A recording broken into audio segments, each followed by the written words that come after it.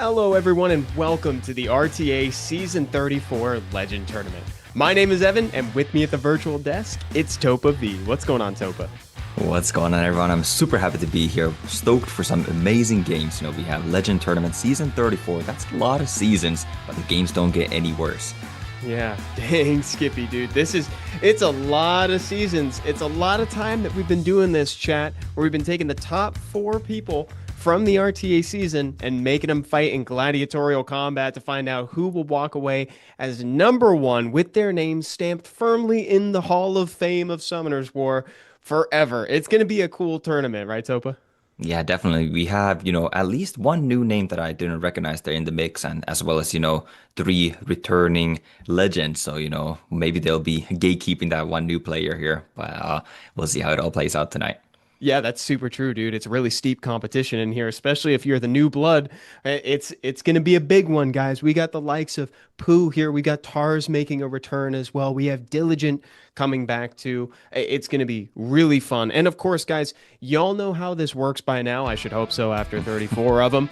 The season just ended mere minutes ago. We're talking like 30 minutes ago this thing came to a close. And now we have our top 4 gathered here for the Legend Tournament.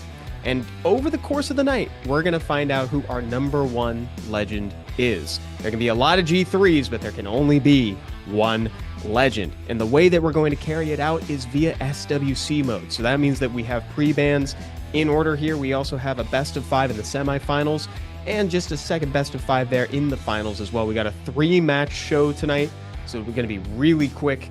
And of course, for the folks here, they don't just get their Hall of Fame title, they also get the in-game reward where they can place that statue on their island for all who visit to know that they were the legend. They were better than everyone else, Topa, for one season.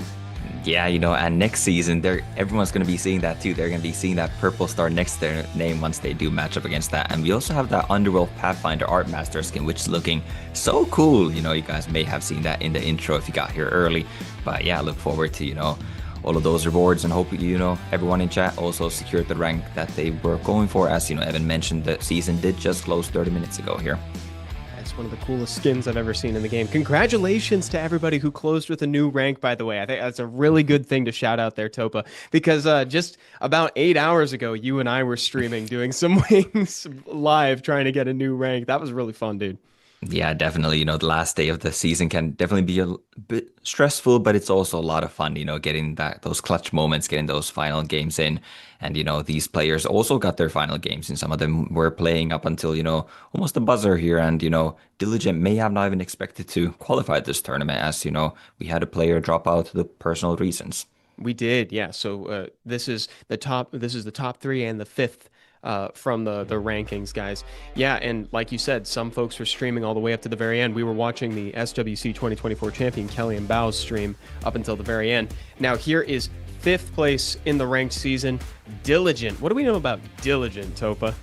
I mean, I think everyone knows about Diligent. He's a previous SWC champion, very, very strong player, household name in the community, and he has some, obviously very strong monsters, extremely potent runes, and he's utilized that Yan Hong a lot, which I'm a bit surprised to see in that most pick there. Yeah, that took me by surprise too. The Jogun and this light Gojo that's returning here didn't take me by surprise though. Qiang, who's one of the new players here tonight, one of what could have been 2, but ultimately we just have Qiang here representing. He's the 4th slot from the ladder, and in his most picked and most banned, he has a lot of powerful LDs, Topa. Yeah, he definitely does.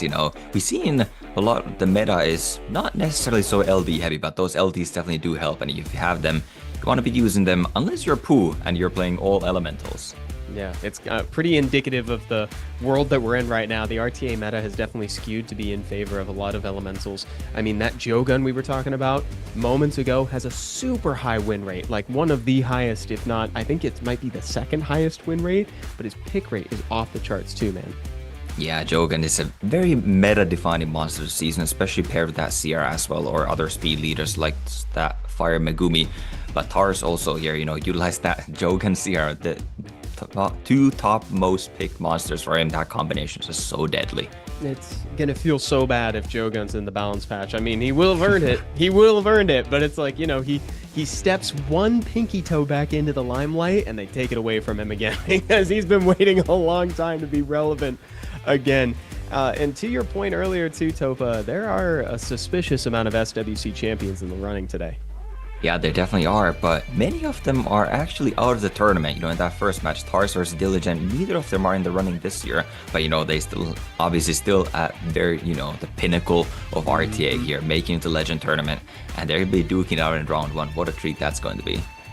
Yeah, and that's why I love the Legend tournaments, because we get big moments like this. We get to smash two SWC champions against each other, and that's our opening match. That's our semifinals game. That's one of three. It's going to be awesome. So I'd love to direct this question over to chat as well, and to you too, Topa. Do you have someone in mind? Who are you rooting for? Ooh, I don't know if I'm rooting for anyone, but I'm definitely looking forward to Tars. You know, he did finish in that #1 spot, and I think Tars has been playing extremely well. I think he got a bit unfortunate also in the China regional, you know, to not make it out of there. But I think Tars is definitely, you know, put in the reps. He knows the meta very well, drafting very well, playing very well. And I think Tars is probably the one to watch for me, at least here tonight.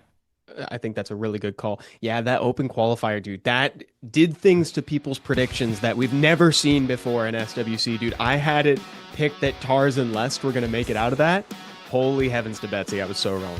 Yeah, those predictions definitely left a lot of us in shambles, but you know, here they are, and we're heading right in that round one between Tars and Diligent here. Let's go, guys. We are off to the races here at the Legend Tournament for RTA Season 34. Let's see what they choose to pre-ban. Yeah, and look at that. We have Legend versus Legend, as you mentioned, in the very first round of the tournament here. What an absolute banger of a match. Yeah, this is a real treat, dude. I'm excited. They're taking their time to think about it right now. So, like, given your time with the season, Topa, who would you pre-ban in this situation? Ooh, you know, the meta is actually quite well balanced in my opinion. You know, we mentioned there's a lot of elemental monsters that are able to be utilized extremely well this season, but there's also those LDs. So it kind of just depends what way do these players want to take this draft, and they're really taking their time. I guess Tars saw that Diligent has been playing that Yanhong a lot, and maybe wanting to, you know, put Diligent in a bit of a uncomfortable position, just pre-banning that Yanhong out there.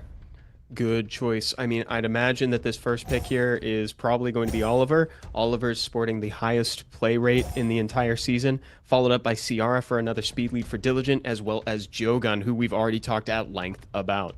Yeah, there's no surprise in the draft here so far, but Veronica, you know, we haven't seen this monster since, you know, it took numerous nerfs. Hasn't been in the spotlight as much, but it's a very strong pick here. You know, Tars does have the higher speed lead in the Oliver, and Jogun does not have that high of a base speed, so Veronica can actually match that and even surpass the base speed. I always get excited when I see a Veronica. Oh man, and followed up by Okeanos too. That is great follow up for opening up the opponent's board with Veronica. This is like some flashy stuff that you don't always get to see on the climb. This is really sick. Let's see how Diligent responds with the Dark Monkey King Sun Zhong Lao. That Dark Monkey King Topa, every time he ripped a third skill in the SWC prelims, he was winning the game. Oh, I absolutely remember that. That Dark Monkey was doing so much work, and we'll see how exactly how much it does here tonight. And I do like these picks coming out of Diligent, you know, picking up that Light Gojo, which has been an extremely strong monster this season as well for secondary speed lead, you know, not backing up on that speed, as neither player really has that high of base speed monsters other than Diligent with his Dark Monkey, but it's likely tuned to go after the buff removers.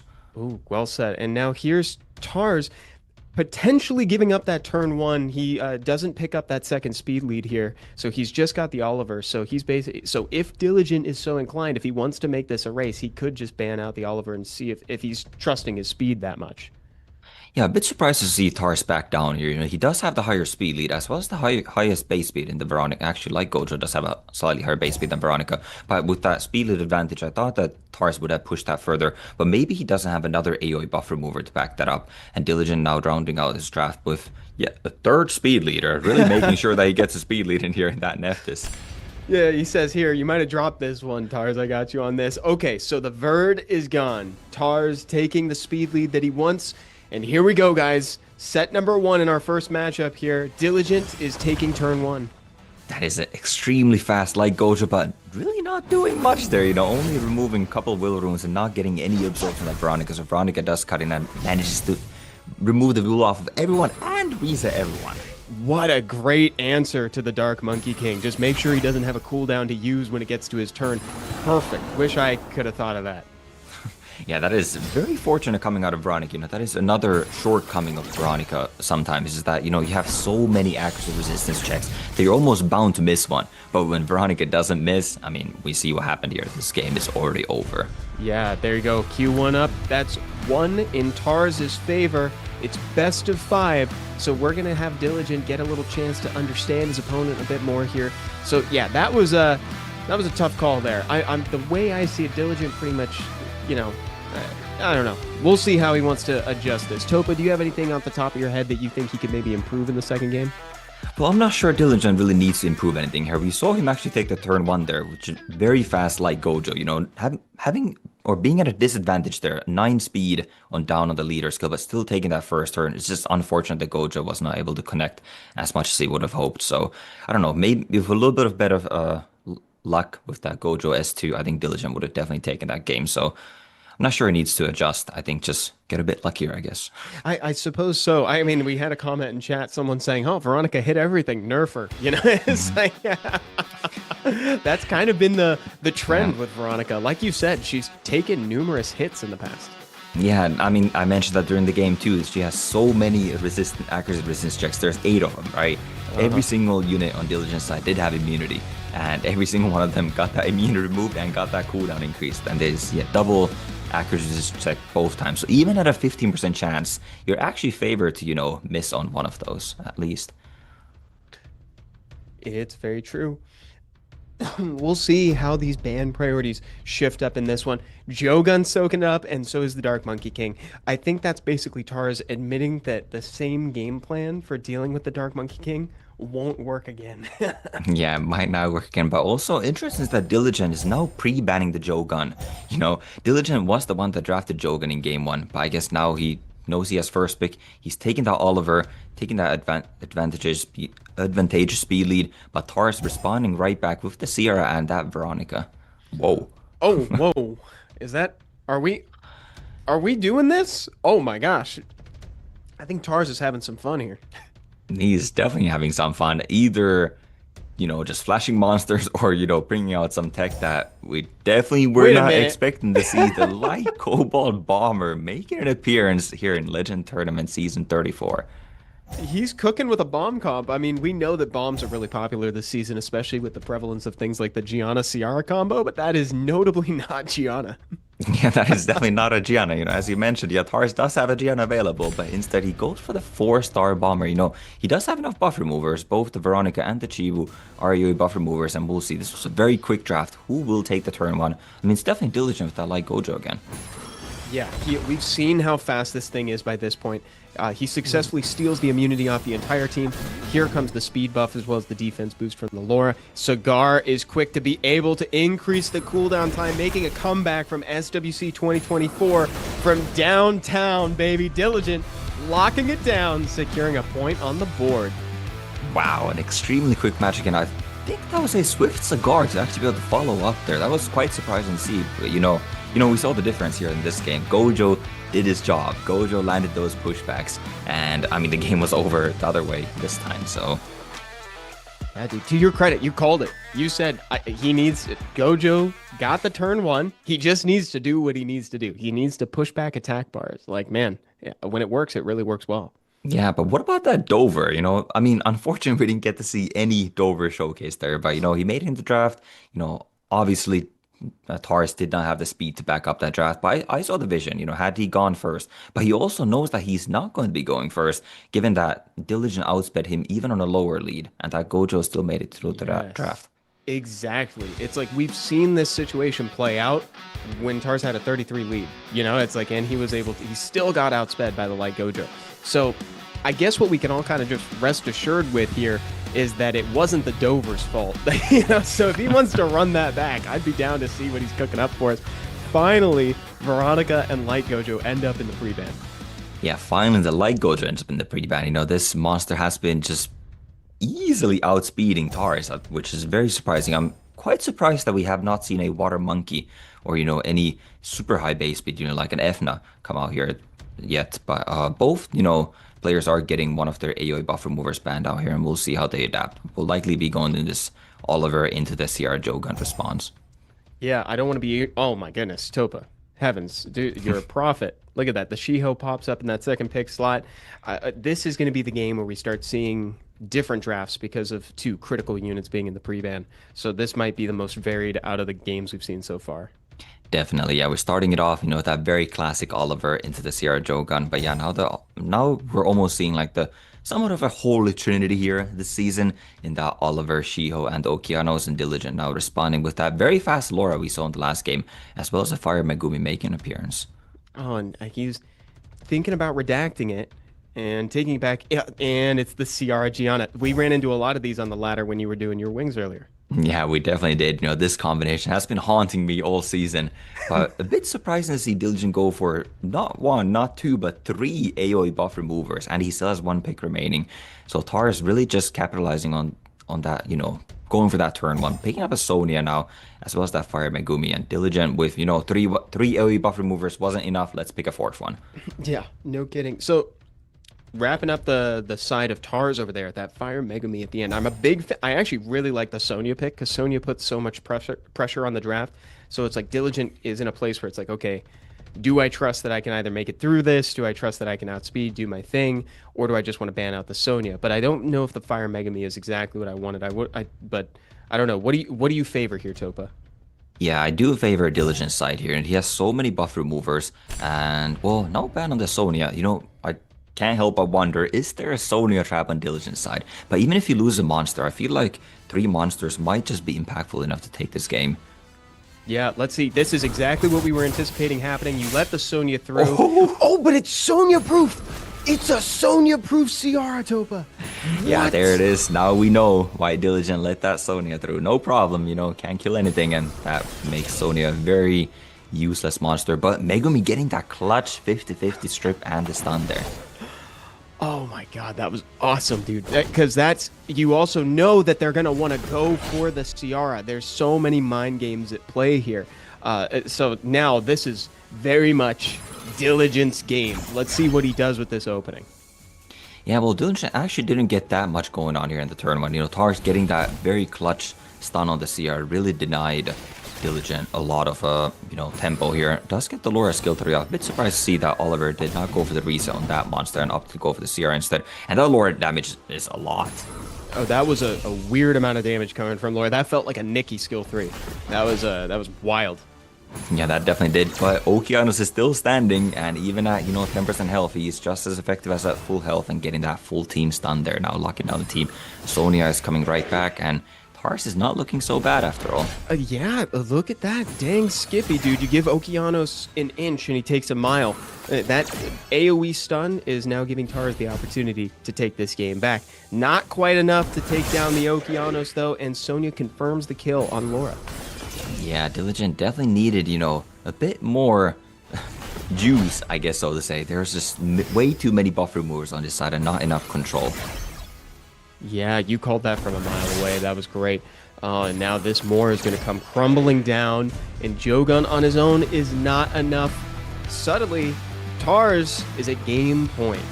Yeah, he is. I thought that Diligent would kind of have the upper hand there, getting that, I guess, even tanking the Sonya there. He was looking so strong, but the Laura just didn't connect enough stuns, and Megumi getting, once again, that very clutch steal on the immunity as well as the stun on the CR really shot him down, because otherwise that attack buff CRA, would really have hurt. That was probably the most important moment of the game, because it's like, that comp with Ciara taking a turn looks way better than her getting stunned by Fire Megami. So yeah, great call. I really think that was the moment. All of a sudden, Diligent's got to be feeling the heat. He's feeling the pressure right now, because this is the show up moment, because now his enemy is at 2 points. Yeah, Diligent has his back up against the wall, can't lose anymore. But on the other hand, Diligent has won before. He probably wasn't even expecting to be here today. So maybe he's just, making the most out of the moment. And he will be having his light Gojo, which might make a big difference here in this game. Let's see if they opt to return to the drafts that we saw in the first couple of games featuring those two. I'm sure they will. I mean, the Veronica was so impactful, and same for the Light Gojo. Oh, You love to see it. and these are always super fun to see. I wish, we had player camps for these legend tournaments as well. I love seeing this, in like competitive play, and then both the players typically have a little bit of a chuckle, seeing like, ah, yeah, Oliver, yeah, screw that monster, that thing's way too strong. Yeah, I agree. I'd love to see their reaction when they sure they probably laughed at that too. But here's another 33, significantly less play rate for the season. It's Vanessa. Yeah, but still a very strong monster. And Tars, I did not know he had that monster, but I am a big fan of this Light Horang, although, those two monsters in the CR Jogan are kind of direct counters to the Light Horang. Yeah, it's an interesting moment to pick him because we highlighted this earlier. Is that Ciara very much doesn't care if she's attacking with attribute advantage or not. Yeah, definitely not. I mean, this is actually what I was even playing today earlier on the stream when we were doing wings. When I saw Sierra first pick, I would be going to the Vanessa Horang. So maybe I have to learn. Maybe I've got some things to learn from Tars over here, how to, counter this very meta draft, follow that joke. And as well as, even an oppressive LD such as Dark Monkey, as you pointed out, that thing gets a skill 3 off. It's a game over a lot of the times. It is. But now, so Tars finds himself in a position where he could almost just ban out the Ciara and hopefully tank this through with the Light Huarang and the Misty. Yeah, that's what I'm thinking here too. Ban out the CR, maybe go with something like a Veramos or, any cleansing unit. Yeah, if you have a patter, okay, Yeah. I mean, not all of us have premium LDs like that, so we don't really think about those options. But this is a phenomenal pick. I think as long as you ban out, I mean, in this position, you could probably ban out the Joe Gun to get rid of one of the AoE buff removers or the Gianna, right? You ban out one of the AoE buff removers so that you're likely going to get your immunity to go off the Pater here. Yeah, exactly. And now the Pater, like you said, will wake up following the Gianna stun, can cleanse and apply immunity to everybody. This is a great counter if you've got it at home. Jogun taking turn 1, successfully locking away Rakuni. But I don't think there's going to be enough attack power for the Patter. That is a very fast monkey, and even the CR follows up. This Patter might be in trouble. This cleanse block is, it's going to be problematic for him for sure. Oh, and he's got his chance right now. He could take out any unit in play. Yeah, as long as the bomb lands and oh they miss. My God, Topa!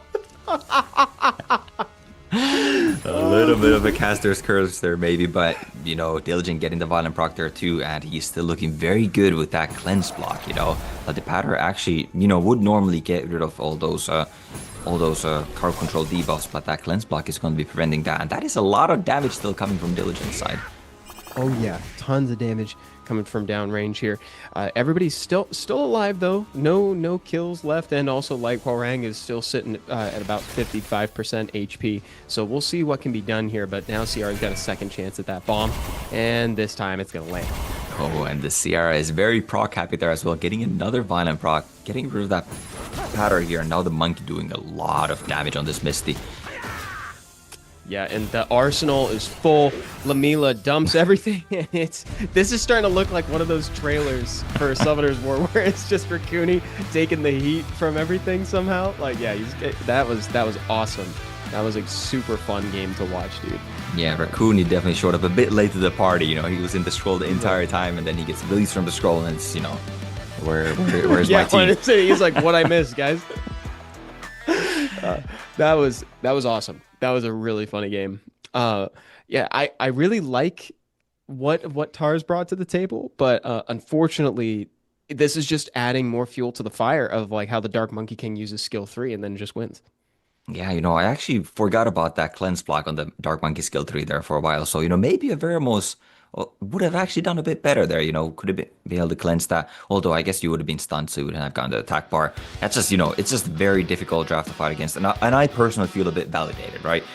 Playing that Light Horang myself, I can't beat that draft either. And neither can Tars, That draft is just so difficult to beat with, whatever Tars was playing. And Diligent was just in full control almost the entire game there. Yeah, that was a really well drafted from Diligent. And just like that, guys, we're to game 5 in the first set here. This is very cool. Love to see this. I saw a comment earlier in chat basically saying we love this legend tournament, like no pause, just pure 30-second matches, like they feel blazing fast. Yeah, they definitely do. I feel like both players are coming in this with a lot of confidence. They're drafting pretty fast. Aside from these pre-bans, we took our time at the first pre-ban and we're taking our time again. But we are at game 5, what do you expect from two world-class players such as this here? Totally. I love the Ciara in the pre-ban. That has been a mainstay for Diligent, and I think that's going to have let Tars kind of have to jump through one fewer hoop this game, Topa. Yeah, definitely. Both players pre-banned Oliver last time, so Tars knows that he's going to be having that first pick and knows that Oliver will be available. So just, choose to ban out that Sierra, taking away Diligence, one of Diligent's B-lead options here. But that means that Diligent will be having this light Gojo available, which has been extremely fast and just outspeeding anything that Tars has brought to the table. Yeah, and the return of the Dark Monkey King, dude. He's got to find a solution for that somewhere. Maybe it's putting it away in a scroll. Yeah, it might be. I'm not sure if we actually have seen this. No, we saw the Jogan coming out of Tars, so we know that this Light Gojo is still fast in this Jogan, but that Water Monkey with the 115 base speed will likely be able to outspeed this Light Gojo. But now we have a lot of LD units from Diligence side. A lot of new stuff coming out here with the Viva Chell at the end that has yet to make an appearance tonight. So Tars is going to answer back with the Fire Megumi here and the Sonya. So hoping, right, that like maybe the others aren't Sonya proof. Now here comes the kicker is that Laura puts a defense buff. So if you get outsped, you're not going to land that and ignore defense. Yeah, Sonya, trying this again. Will any unit be Sonyable here? We did see that in previous matches, the Light Gojo does outspeed the Laura, so there doesn't seem to be a threat of a Swift Laura appearing here. So Diligent should be getting outsped here. Tar should be taking that turn 1, and we'll see, again, that Zeratul is feeling like a Sonya bait to me. Yeah, I think so. Like, that could definitely be the target for Sonya. Oh, banned out the Laura. Okay. And let's see how this goes. This is game 5. The final set of the first matchup here at the Legend Tournament for RTA Season 34. Is it Sonya proof? What? What is it? I knew it. I knew it. There's no way our Diligent is picking last pick that is not Sonya proof if he's letting the Sonya through. And once again, we see just the little bit of a disappointment that Sonya can be. We know how impactful, just deleting a monster from the field can be. Oh my goodness, what did I just see? No. Yeah, this is not going that great for Tars right now. To your point, Topa, Sonya is that impactful of a monster. She has fundamentally changed the way that we rune our monsters and we anticipate things to be inside of an RTA game. Here comes Zeratul, able to strike down that Oliver after some help from Viva Chell, and it's... Oh, dude, this is looking crazy. Yeah, how did that Oliver just get double resisted on that Dark Monkey there too? I don't know, but yeah, Sonya, it is a very defining monster still, forcing other players to, change their entire rune compositions to combat that monster. But still, if you do, then Sonya all of a sudden just becomes kind of a dead pick, because, she is, although she does have that damage or that glancing chance on her passive, she usually isn't that tanky, and those skill ones don't do a whole lot of damage. Ooh. Oh, a nice proc gets Diligent back on board so he can do it again. He's just going straight into the Sonya. He doesn't even care about the slight inefficiency. Crazy that lands on the Viva Chell and not the Zeratul, by the way. This is really showing how well Diligent drafts or rather how well he prepares, how well he runes up his monsters.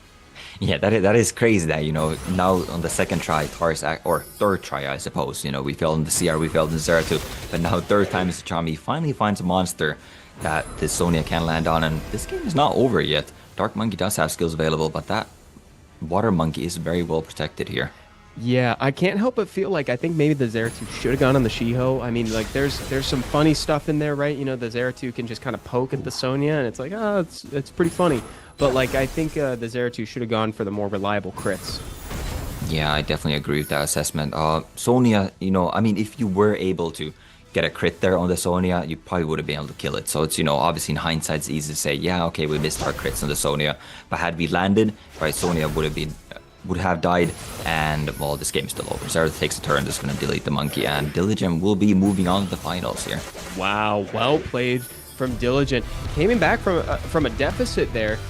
Diligent, who's our number 5 representative from the ladder, our fill-in for tonight, is already making waves through the semifinals. Yeah, and he knocked out my player to watch here tonight. Yeah.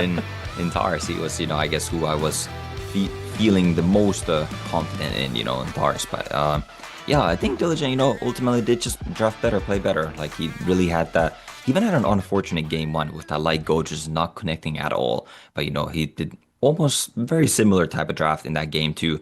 Like Gojo connected, and from there, Tars realized that wait a second, my draft actually doesn't work. This like Gojo's a problem, and pre-banned in the game 3, and then was able to take that game. But Diligent still, clawed his way back to a 2-3 victory over Tars there. Good stuff. Yeah, very fun to watch and great games. And I'd love to hear. I think chat enjoyed them. Chat, did you like those games? I really liked them, especially because they felt so varied, Topa. Like the drafts felt like different. Yeah, they did. We even saw a full LD draft in that very last match there. A lot of the times, if you run into a friend maybe on the ladder, as today earlier, I ran into a Glorious on the ladder. We just did a full LD match. That can be, sometimes a little bit of a show match, but not here. And we'll be back after this short break.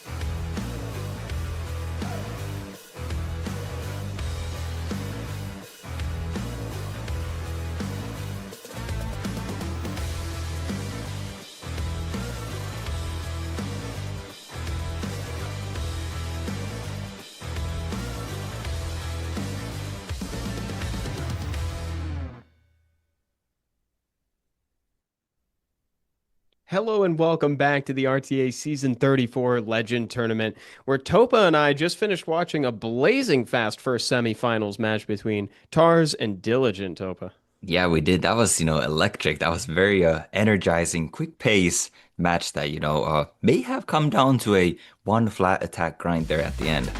Yeah, dude, it was very fun, very refreshing to watch. Raigeki in chat made that great point, saying like that's a one flat attack difference. It's for real. You got to wonder what the margin is when it comes to those Sonya attacks, like you pointed out in there. Tars taking that first game there, picking the Dover. Not the Dover's fault, chat. Didn't even move. Yeah, it was the whole team's fault. Everyone was just as much as at fault there in that game too. But yeah, the first two games were, one player got cleaved and then, they cleaved the next match. And then in game three, we saw how Sonya is probably not something you want to pick into Diligent. Yeah, everything is Sonya proof. The Ciara, the Zeratul. Who knows? Well, not the Vivachel. We know the Vivachel is not Sonya proof, ironically. But yeah, everything else is Sonya proof. What a surprise. And that was so much fun to watch Tars discover live. Yeah, but even though Sonya did get trapped here in the round three, Tars still was able to take that game back, and then Diligent or Tars here in game four tried something a little bit different. Tried to take a page out of my book, but we've seen how well that has gone. And even with the missed bomb there in the turn one, Diligent just had a very convincing round four victory here. Totally. He brought it back. Yeah, credit where it's due. Diligent did a really good job getting those last two wins up against him. And there's the Vivachel lining it up for the Zeratul, who was able to clean up these units one by one.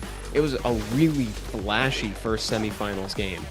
Yeah, it definitely was. I'm sure that this next game will, be almost as good. Probably won't be as good, to be completely honest, because that was a very, very crazy, for lack of a better word, first round there. But we have a newcomer in this second round here. So, maybe he's bringing something new to the table that's, going to shock us all. Maybe something crazier than the Dover even. We've got maybe crazier than Dover. What's crazier than Dover? I don't know, but I'm sure chat can tell me what's crazier than a Dover. We've got Qiang versus Pooh coming up here in a second, because right now we got our first finalist locked in. Diligent has secured that slot, but we have one more semifinals game up against those two competitors. So Topa, Pooh is someone we know quite a bit about. He is a mainstay at SWC. Absolutely, yeah. He is, the one player out of these four that is still currently in the running for SWC, and he is the defending APAC champion from last year. So, very excited to see what Pooh will do here. Oh, and the pre-bans are looking extremely familiar with Light Gojo and Jogun getting locked down there. Yeah, definitely are. And yeah, we see Qiang here, best rank 8. So he's already gotten a new best here, making the legend tournament. But man, he's got a tough road ahead of him to get that first legend. Oh yeah, many times. Yeah, he's the only one here who hasn't had a legend title win so far. So it's could potentially be an underdog story, even though he's made it this far. It's like, when you made it this far, are you really an underdog? Maybe not, but we can root for him nonetheless. Pooh locking in a Shiho on that first pick slot. Yeah, and Pooh staying true to his style here a little bit, not going any LDs at least thus far, playing the very affordable monsters, for many players here in chat probably do have these two available. So, Pooh might be someone that, if you're trying to improve in RTA, he might be one that you want to watch, because he, likely you could reproduce these drafts, maybe with, worse room quality, but still, obviously, if you're trying to be at rank 1, you need to have extremely strong runes. And we see a ragdoll. Wow. Oh, interesting. You know what though? This is a really good opportunity to pick a ragdoll. Like there's fewer of those opportunities than previously there were, because right now we got a Laura who's likely going to crit. We got the Etna, who we know is going to crit, and Chandra, who at least has a guaranteed crit on skill 1. Yeah, Ragdoll has definitely fallen a little bit out of meta here in since the last nerf, as well as all these meta changes coming through. But this is definitely, a very good game for Ragdoll. If not, we don't nearly see as much either because of that monster there, the Fire Megumi. But now, Qiang taking that away from Pooh, so Pooh does have to go for a Fire Monkey, which is still a very solid counter in this Efna. Yeah, the fire. I love the fire monkey here because I mean every single unit on that side has some stun baked into their kit. So the fire monkey just being able to stand proud and not falter to those stuns is a great call. Yeah, definitely. Also, it was a bit surprising that Qiang almost playing into that ragdoll a little bit, drafting another AoE monster in the Okeanos, which I believe Okeanos still awake isn't the crit rate. So he is going to be critting quite a bit, and no surprise there to see that Qiang does just, opt to ban out that ragdoll. That disruption is just too much for him to handle, most likely. Doesn't want all that bar to get fed. Here we go, guys. Match two, Whoa. set number one here. Etna takes turn one, devastating the Shiho. But notably, there are no will runes on the side of Pooh. That is a quite interesting strategy there. I wonder if Qiang is a woundset user, and Pooh prepared for this in particular by that fast Villagel making making it so that there is now immunity on the side of Pooh. Yeah, that is a really nice little tech there. The no will. We've seen that before in SWC. I'm getting flashes back to moments of no will. Now we got the Fire Monkey King proccing on the Fire Megumi. Yeah, but resistance is all around. Megumi getting resisted on that Bellajoul. Fire Monkey not landed that defense break there either. And we'll see what this Chandra can do. Maybe looking to go for a skill 1 buffer move here, but no opts. Just go for that little bit boost from the skill 3. Okeanos can now raise this monkey to prevent it from getting that skill 3 off. Yeah, and oh wow, and just dumps the skill 3, says I'm going all in for damage on the Shiho. I think Qiang is doing a really good job in hedging his bets for the future. He's like, I don't think I can handle both a Shiho and a Meiho Wang. I'm not the biggest fan of using the Okeano skill 3 there. The Villagel has not used his heal yet, so a lot of that AoE damage will be getting, repaired, fixed, so to say, that heal there. And the immunity, you still have these buff removers in the Megumi that, now we see there are no immunities in the side of Pooh. So imagine if Okeanos had a skill 3 now. Yeah, you're right. You're right about that. Maybe he got a little overboard with trying to take down the Shiho. Yeah, but either way, Shiho will be going down here, but Qiang's Efna is also down here. And this Fire Monkey is looking very dangerous in this draft. Yeah, he can solo from here. We've seen Fire Monkey Kings do crazier stuff for sure. Yeah, for sure we have. Okeanos is that damage dealer that might be able to deal with this monkey, but without the defense break from this Fire Megumi, I don't think it's going to be happening. A monkey looking to now confirm that kill, does get the kill, and I believe there is nothing stopping this monkey now. Yeah, Qiang does not have what it takes to take down Meiho Wang. Look at this, the lockdown on Okeanos. Here comes the defense break. Oh, but Oki is actually going to shake this off and can potentially throw it onto somebody else. But even that Topa, I still don't think is enough to turn this game around. Yeah, there's no way. Even if the Villagel dies here, as you always like to say, the Villagel and the Oliver are optional in this match. This Fire Monkey will just carry this game home for Pooh. Exactly. It's all about perspective, man. Like, yeah, the only monster that matters here is the Fire Monkey King, and we know this thing crits on water.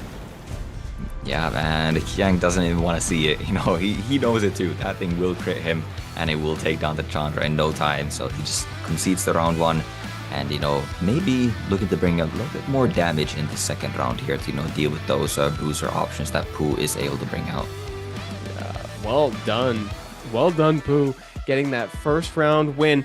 The no will. Yeah, the no will took me by surprise. So you called out like maybe there's a Wunsa that we might see down the line. That could be really cool. Yeah, well, I doubt that we're going to see a Wunsa now, if Qiang is also paying attention to that fact that there's no will runes. So, no, you definitely do want to take a note of that. I wonder if Qiang has anything to punish that. Great question. Yeah, so it might be enough to stave that off for now. And we got Pooh leading early. I want to remind everybody who might have arrived a little bit late, we're doing best of 5 tonight, so there's still plenty more games in this set. We got more time for Qiang to warm up against Pooh here, which is a tough thing to ask for. Pooh is like one of the best players out there.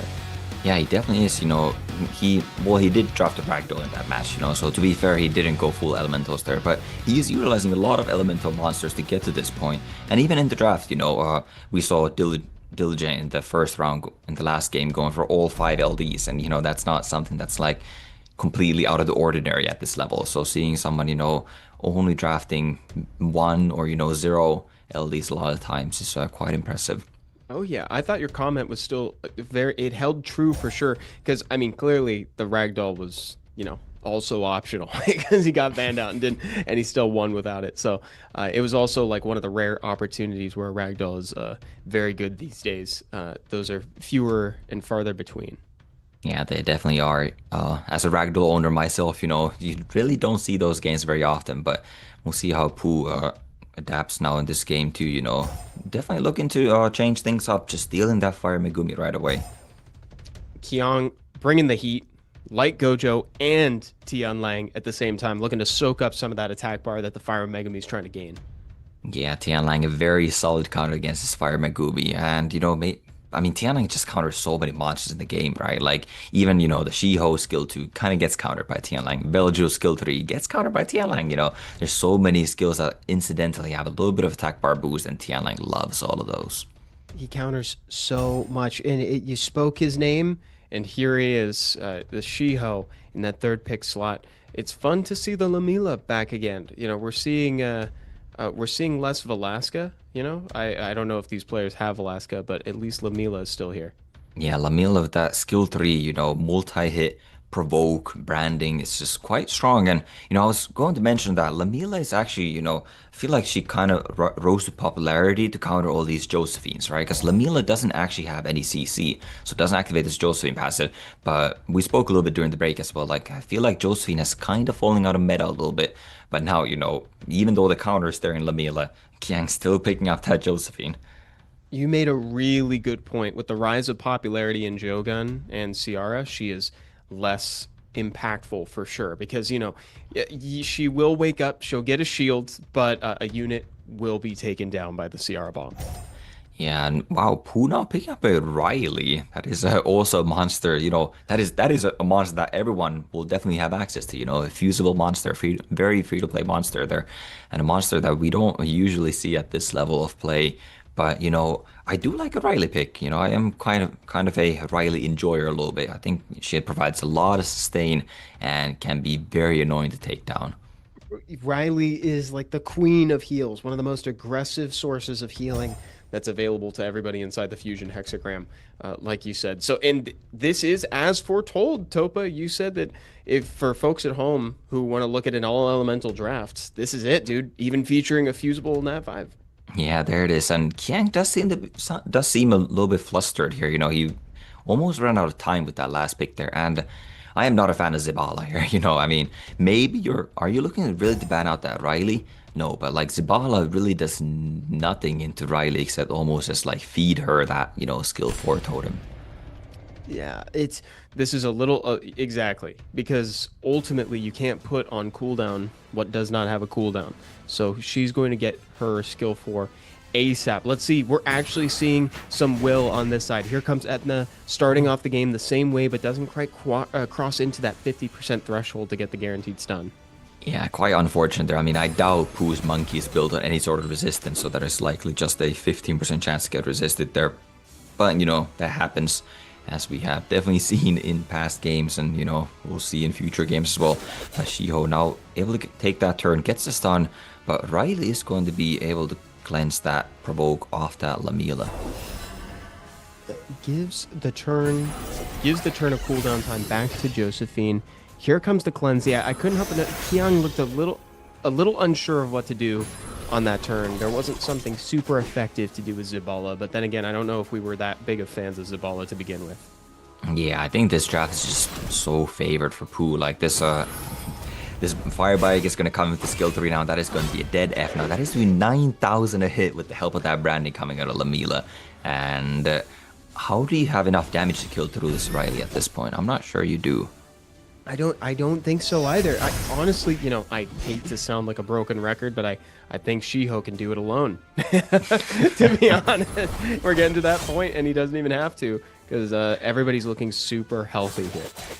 Yeah, that's a bit ambitious for Shiho to solo here, but with the help of the Riley, I think those two are probably probably able to take this game. I think the other two are probably optional here. Now Zibala is able to find a window to utilize the skill 3, but you know that Riley doesn't have a cooldown on that skill 4, and being wind doesn't get frozen, so...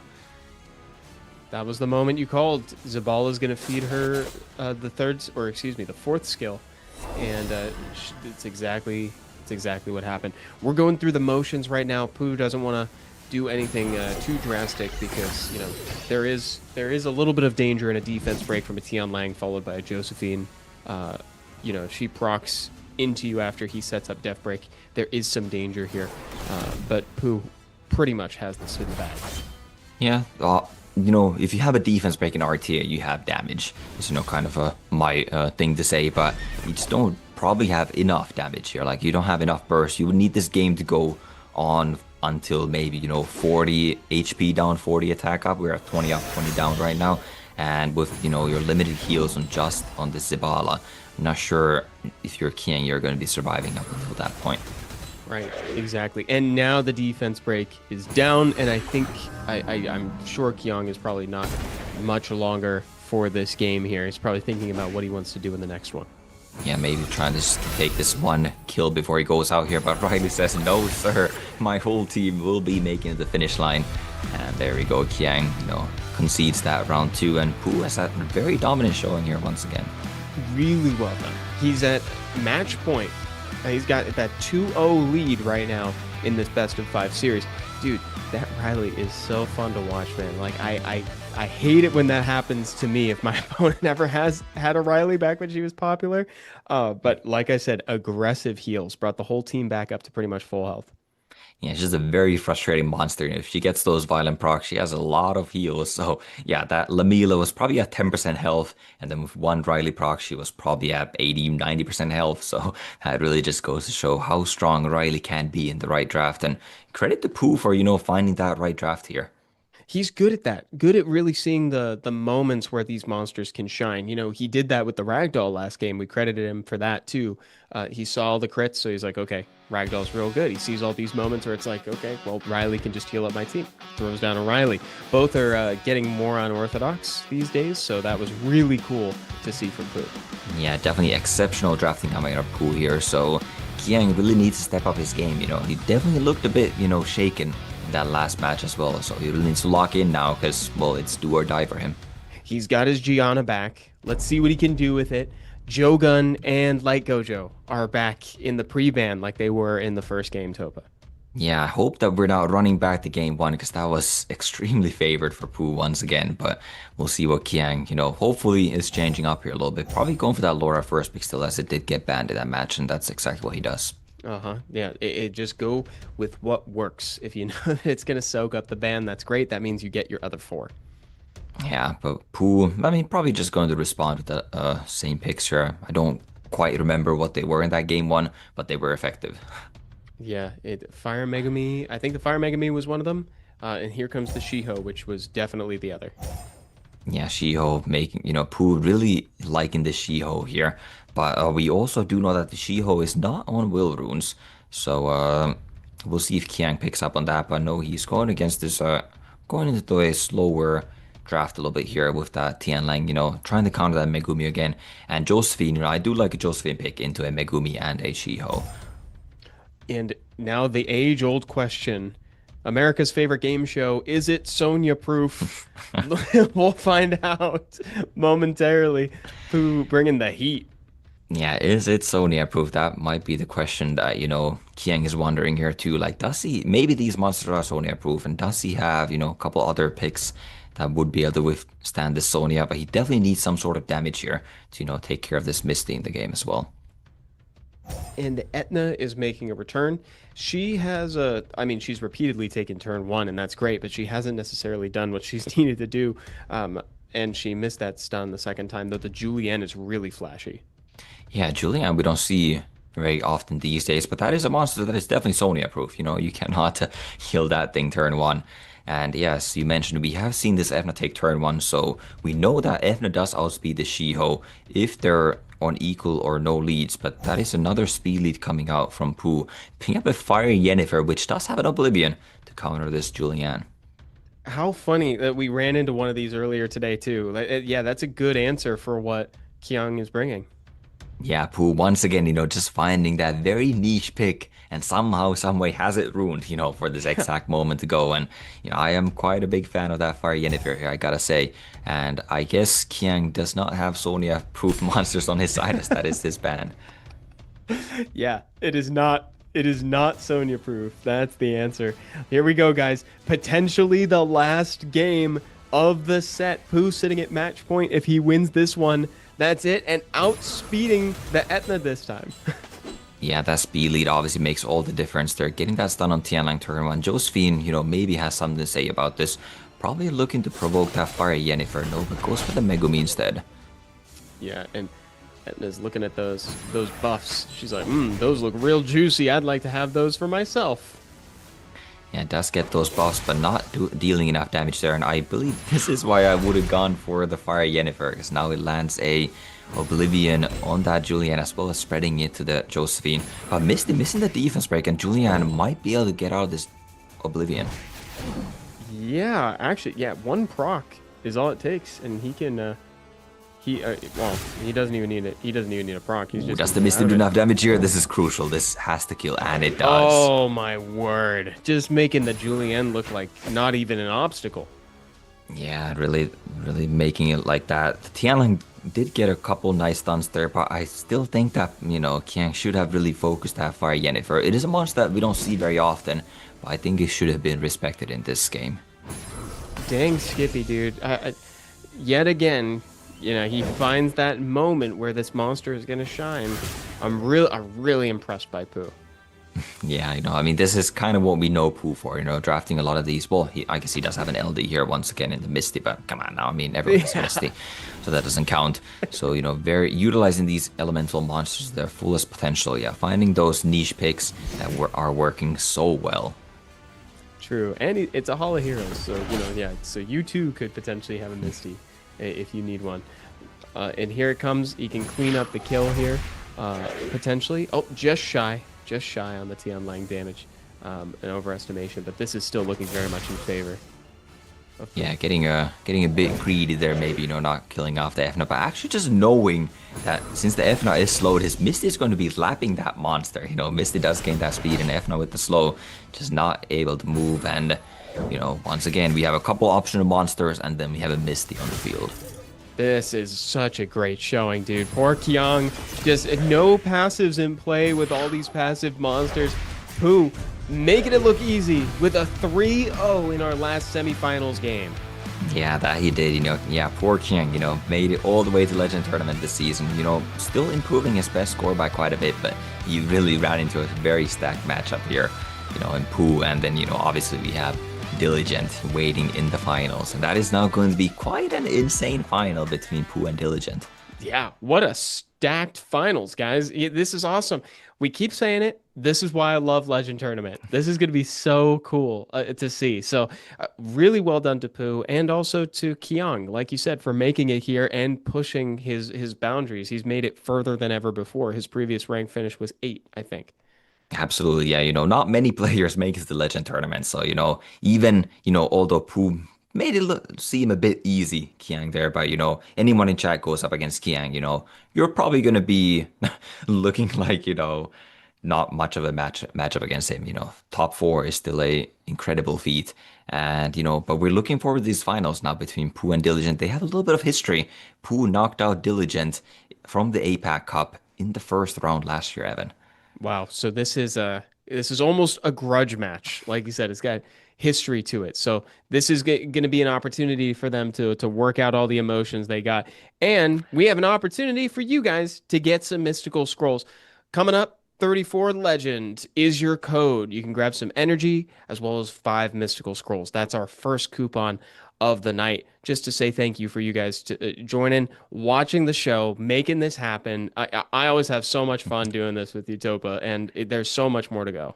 Oh yeah, it's an absolute blast. Yeah, there's our first coupon, and usually there's a second one, so you guys will want to be hanging around until the finals. And I mean, even if there wasn't a code, I mean, who would not want to see that finals we have coming up between Pooh and Diligent here? Dang Skippy, dude. You guys don't want to miss it. So make sure you stick around, chat. Can't wait to see you here.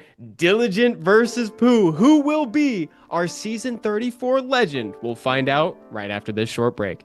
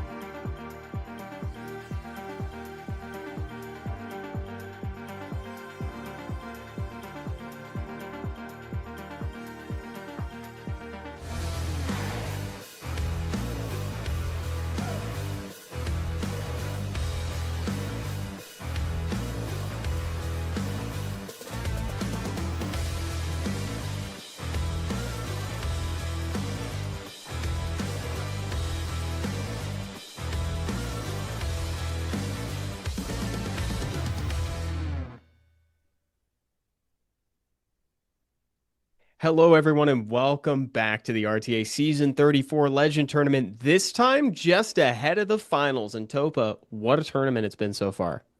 Yeah, we have seen some great matches, and I think we have probably the best match coming up here. There's a little bit of history between these players, so it's a little bit of a grudge match, and it is between two former legends, Diligent and Pooh. Yeah, dude, this you couldn't ask for a better finals opportunity. Best of five, just like the semis were. Before we get there, guys, let's look back in time at the highlights of Qiang versus Pooh. Now, spoiler alert to anybody who's coming in a little later, this was a 3-0 in favor of Pooh. Yeah, Pooh had a very strong showing there, finding those very niche picks that were, somewhat game winning, in the first game was a bit more obvious with Ragdoll, right? You see crates, you pick Ragdoll, kind of easy. And, that was, what Qiang also banned out then, but so very, very effective in this game too. We saw that last pick of Riley, which was just so strong, and Qiang, didn't respect that, but also just did not have the damage, and Pooh's team was pretty much full HP on every single monster when that game ended there. Just one proc from Riley is enough.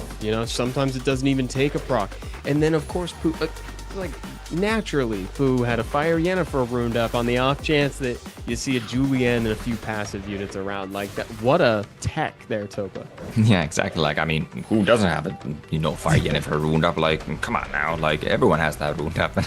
No, of course not. So, Pooh once again finds the very solid Fire Yennefer pick there, and, Qiang not respecting it, and then ultimately just paying the price like that.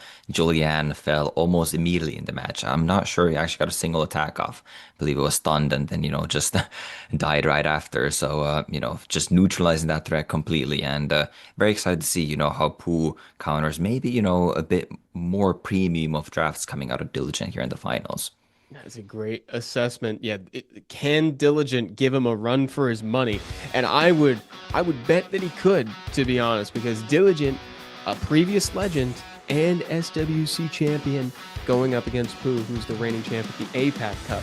So this is going to be there's going to be fireworks, chat. So don't blink, even though it's a best of five. Here we go, guys. We're getting into game one of the finals here for the RTA Season 34 Legend Tournament. Yeah, that we are. And these pre-bans are going to be really indicative of what these players want to be doing. Is Pooh going to be banning out that light Gojo here potentially? And Diligent maybe banning out, yeah, I was going to say that Water Monkey probably. We saw how much Pooh liked that Water Monkey, but Pooh opted to ban out Laura instead here. Nice calls. And instead, maybe folks will want to pick up that Oliver early, perhaps get that 33 lead. Ever popular, almost appearing in 50% of games last season in G3 RTA, but instead Diligent choosing our queen, Ciara. Yeah, CRS is making an appearance from Diligent here. Pooh did not utilize Joe Gun in the first set against Qiang there. We'll see if he's going to be picking it up here, or is he going to allow Diligent to have that very strong combination this year, Joe Gun? Oh, choosing instead to split the sisters too, taking the Gianna for himself. He's debating about it. Yeah, that's obviously, very strong combination as well there. But Giannas, well, we'll have to see. A lot of Giannas these days are built on violent, and that doesn't provide really the speed threat that Pooh probably needs here into this very fast and threatening lineup that Diligent is bringing now with that Jogan as well as that skill 3 win game Dark Monkey. Threatening is definitely the word that I'd use because yeah, Jogun opens him up and the Dark Monkey tears him down. There's not a lot of recovering that you can do from that, and Pooh is digging deep in that box looking for an answer. Ooh. Is the answer a Nyx, Topa? I mean, if Pooh picks it, I believe in it. He's been finding these very niche picks, and Nyx might be the answer. I mean, this is obviously going to be very RNG. I don't know that I haven't done the exact math on Nyx, like how likely are you actually, with this amount of debuffs, how likely are you going to be, getting nullifying, I guess, one of those debuffs. And then every time you do now, you do gain that attack bar, which could give you that tempo that you need to come back. It could. I'd like one more answer, perhaps something else, just in case you don't land within that sweet spot margin that you need for that. A Pontos, what a great idea. So long as he does not get stunned himself. Yeah, Pondos, I do quite like that pick, but again, I mean, Pooh is definitely a little bit on the back foot here, right? Like he doesn't have the speed to fight here, so he's going, a little bit more conservative and trying to maybe find a little bit of these Luxac angles here. So we're probably going to see Pooh banning out this Jogan, just get rid of the most consistent buff remover from Diligent side, and then just hoping that the Light Gojo, does what it did in game one against Tars, and that is not land. Totally. Yeah, and more power to Pooh here because, he's aiming for the Luxac angle, but it's a high risk, high reward bet. And Diligent does not want to see that bet hit the table, bans out the Nyx, bans out the content. Yeah, it's a bit, well, the Nyx passive does not apply the buff removing, right? And that is the most integral part that has to land from Diligent's side here. Can this Light Gojo land? If it does, Diligent is going to be in a great position here. But it misses on the Pontos, and the Pontos will cut in. On the one that matters, Topa.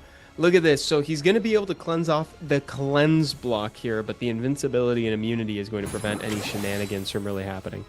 Yeah, still, getting the invisibility. The Savannah does have that strip on that skill too. Might be able to delete this. Gianna, but he gets resisted. Oh my goodness. Oh no. Pooh's defenses hold true against Savannah. That leads to CR taking an awkward turn. And now, of course, Gianna's there, ready to stun up the team. Yeah, she's getting that, planting that bomb, getting that skill 3, not landing on the CR, since she did get that nerf, not having 100 activation rate. There are no buffs, but Pontos is going to follow up, getting that silence, and I mean, I believe this game is quite over at this point. So there was a risk reward, there was some luck sackiness, but just not in the way that we were expecting. Yeah, definitely. Pooh. This is some of the angle that Pooh went for. This is fair enough, right? He did get lucky, but this is exactly what he was going for. He had to get some sort of resists, maybe procs to win this game, and I guess that's what he got. And he ultimately gets rewarded with the win there. Exactly. Like this is the type of play that he was lining up in the pick ban phase. That Pontos might have even been high res, sort of situation, right? And to his credit, what can you do? You got to start thinking up those weird plans when you're up against something as powerful, as threatening, like you said, as Sun Jung Lao. Yeah, I mean, that Pontus is definitely 100 resistance. The question is Diligence like Gojo 85 accuracy or higher? Does he actually have just a 15% chance to get resisted on that Pontus, or is it actually a higher chance? Because if it is, then that match is quite favorable for Pooh there. Very much so. Let's see how the adjustment goes in game 2. Pooh leading with 1 point on the board. This is a best of 5. So we're going to need 2 more of those in order for Pooh to be crowned champion today. Yeah, definitely. Diligent is not out of it by any means. And once again, if Diligent lands there, he is looking very solid. But now Pooh, knows that that light Gojo is extremely fast. And while it did not have the consistency that Diligent was looking for in the game one, it is still an extremely threatening monster. For sure. What does Pooh prioritize over everything else? Let's see. Yeah, will it be that water monkey that he's been utilizing a lot that got pre-banned in the first game? And looks like it is going to be not going for speed leads. We've seen, especially in the matchup between Diligent and Tars in the first round, they were really prioritizing that Oliver, that speed lead. But Pooh just going for that water monkey first. We lovingly call him the dev's favorite monster for good reason. It's been so powerful recently. I covered the buffs that led to where he's at now. He's appeared in 12 balance patches. That is wild. I think, yeah, that is probably the most balance patch appearances for any monster, and I guess that's what it takes. We may need to see a couple other monsters a few more times to get to the level of Shiho. And now, if you see a Shiho in a balance patch, I believe it's probably going to be on the side of getting a nerf. Oh, we're getting some more light Hwarang gameplay. How exciting is that? That's awesome. Yeah, always great to see, new monster that I own as well, was fortunate enough to get this monster and he's been a lot of fun. So it's definitely super fun to watch here as well, seeing at this level. We saw it in the first matchup between Tars and Diligent. Tars picked it up, didn't work that well, and Pooh has to have Fire Yennefer with the Oblivion to potentially answer this Light Hwarang. And Diligent answers back with the Light Pony. And Light Hwarang is actually really good into Shiho. That skill 2 ignores ignores damage reduction effects and actually deals more damage. We were talking about that on stream earlier. So ironically, if you're invincible, you'll actually take more damage. Yeah, I definitely do like this Light Hwarang pick a lot more than the first one we saw today. It is actually paired up with the, two of the biggest counters or some of the biggest counters to it, and that's Sierra and Jogan. But a lot of these, CC units are going to be struggling to land in this Hwarang, and Hwarang might be able to run free, especially with that ban on that Fire Yennefer. I see Diligent has been watching the tournament tonight. He's like, I know what that thing does. It's out of here. I'm not fighting that Fire Yennefer. Yeah, this I think Diligent is putting all of his eggs into the Light Hwarang basket here. It's almost just our protect the Hwarang here, and we'll see if he can protect the Hwarang enough here to get the win. We'll see if it pays off. Layla's getting exiled from combat here, gets the strip. Shiho's shields are down. Ooh, and there's the light pony passive coming to play. That was a glancing coming out of the Megumi, and now we see the power of Vivichel. Vivichel can be a bit awkward because you do need to go second, right? Like you're kind of vulnerable to all of these, your opponents being able to land all their skills, but if they don't land, that Vivichel is going to punch right back, and we're looking at a 3v4. What a perfect moment to weave in a Vivichel turn there, just when Megumi had gone. So Pooh is now having to think about how he's going to overcome this just with a water monkey in a dream. Yeah, it is really just a dream at this point. I feel like this is a bit far-fetched for Pooh to win from this position. But, we have seen Layla do crazier things. When this Layla comes out of his bag, it might be looking to get some debuffs on the side. Gonna do great things when the Layla comes back. You watch, chat. We'll see it. I believe it, though. I do believe that she could potentially make a difference here. Check this out. Yep. Big skill 2. This could open it up, potentially. Oh. Yeah, that is the thing with Layla. That skill 2 only removes one beneficial effect. So we saw both the anti-crit was removed from both the Light Pony as well as the Light Hwarang. And, it's just into multiple buffs, Layla is just quite inconsistent. That buff remove doesn't even have 100% activation rate. So Layla's not able to get it done here. And I believe Diligent will just coast his way to victory on the back of this Light Hwarang. You said it that the Light Hwarang is in a really good position. I liked when it was picked next to, like you said, the big counters in Ciara and Jogan. I think he's really strong in that 3rd or 4th pick slot, less so in the 1st or 2nd, which is where we saw him the first time. Yeah, definitely. He's a very cool monster, fun to play with. But in the right draft, he can also be an extreme powerhouse. And you see, you know, now that Annabelle going to scroll, it's like Horang is just going to be punching and kicking Diligent's way to victory here. And cycling like crazy. Look at this. Like 3 turns for every one that Pooh's monsters are taking.